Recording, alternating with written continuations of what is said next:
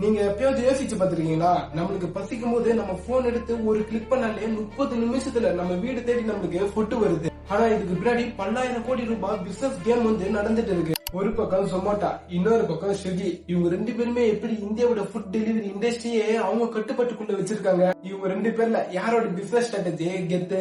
எனக்கு தெரியும், எங்க அப்பா அம்மாக்கு தெரியும். எனக்கு யார் செட் ஆவா, யார் கரெக்டா இருப்பான்.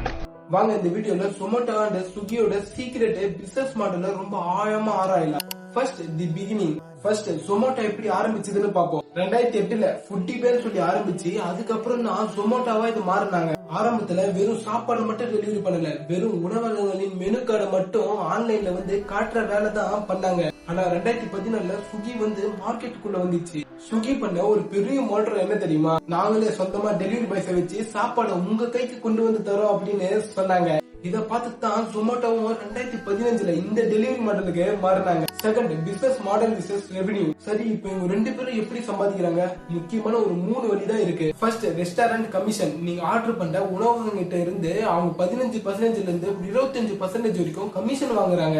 Second, delivery and platform fees. நம்ம கட்டுற அந்த 20 ரூபா 30 ரூபா வந்து platform fees and delivery charges. Third, ad and gold subscriptions.